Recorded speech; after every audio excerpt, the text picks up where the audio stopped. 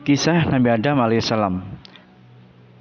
Biografi Nabi Adam diciptakan sekitar 3760 sampai 2830 sebelum Masehi.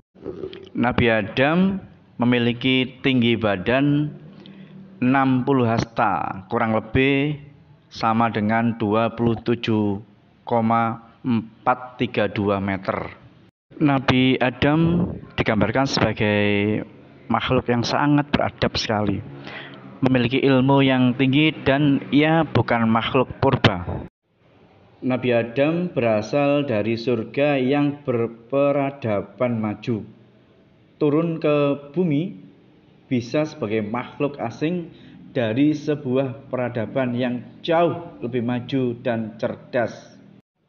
Dan Allah menunjuknya sebagai khalifah di muka bumi.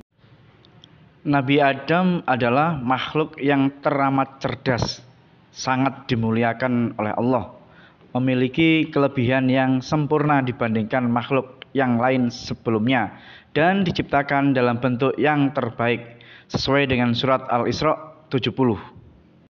Dan dalam surat At-Tin ayat 4 yang berbunyi laqad khalaqnal insana fi ahsani taqwim. Sesungguhnya kami telah menciptakan manusia dalam bentuk yang sebaik-baiknya. Sebelum Nabi Adam diturunkan ke bumi, maka yang jadi penguasa di muka bumi adalah dari golongan jin yang suka berbuat kerusuhan. Setelah Allah menciptakan bumi, langit, dan malaikat, Allah berkehendak untuk menciptakan makhluk lain yang nantinya akan dipercaya menghuni, mengisi, serta memelihara bumi tempat tinggalnya. Saat Allah mengumumkan kepada para malaikat akan kehendaknya untuk menciptakan manusia, mereka khawatir makhluk tersebut nantinya akan membangkang terhadap ketentuannya dan melakukan kerusakan di muka bumi. Mengapa engkau hendak menjadikan khalifah di bumi orang-orang yang membuat kerusakan padanya dan menumpahkan darah? Padahal kami senantiasa bertasbih dengan memuji engkau dan mensucikan engkau. Atas pertanyaan itu Allah kemudian berfirman, sesungguhnya aku mengetahui apa yang tidak kamu ketahui. Lalu diciptakanlah Adam oleh Allah dari segumpal tanah liat yang kering dan lumpur hitam yang dibentuk sedemikian rupa. Setelah disempurnakan bentuknya, maka ditiupkanlah roh ke dalamnya sehingga ia dapat bergerak dan menjadi manusia yang sempurna.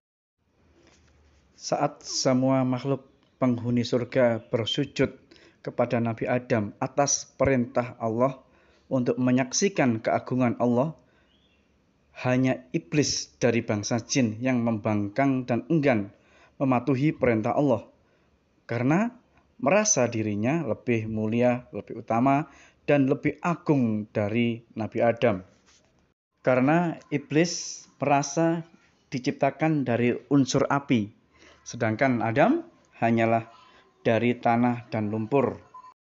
Saya tidak akan pernah bersujud kepada Adam.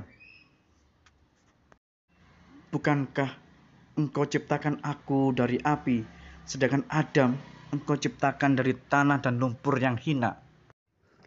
Disebabkan oleh kesombongannya itulah, maka Allah menghukum iblis dengan mengusirnya dari surga dan mengeluarkannya dari barisan para malaikat, disertai kutukan dan laknat yang akan melekat pada dirinya hingga kiamat kelak. Dan iblis dipastikan akan masuk sebagai penghuni neraka yang abadi. Iblis dengan sombong menerima hukuman itu dan ia hanya memohon kepada Allah untuk diberi kehidupan yang kekal hingga kiamat. Allah memperkenankan permohonannya. Iblis mengancam akan menyesatkan Adam sehingga ia terusir dari surga. Ia juga bersumpah akan membujuk anak cucu Adam dari segala arah untuk meninggalkan jalan yang lurus dan menempuh jalan yang sesat bersamanya. Allah kemudian berfirman bahwa setan tidak akan sanggup menyesatkan hambanya yang beriman dengan sepenuh hati. Allah berkehendak menghilangkan pandangan miring dari para malaikat terhadap Adam dan meyakinkan mereka akan kebenaran hikmahnya yang menyatakan Adam sebagai penguasa bumi. Maka Allah memerintahkan malaikat untuk menyebut nama-nama benda. Para malaikat tidak sanggup menjawab. Malaikat tidak mengetahui sesuatu pun kecuali apa yang diajarkan oleh Allah. Adam lalu diperintahkan oleh Allah untuk memberitahukan nama-nama benda itu kepada para malaikat. Dan setelah diberitahu oleh Adam, berfirmanlah Allah kepada mereka bahwa hanya Allah lah yang mengetahui rahasia langit dan bumi serta mengetahui segala sesuatu yang nampak maupun yang tak tampak.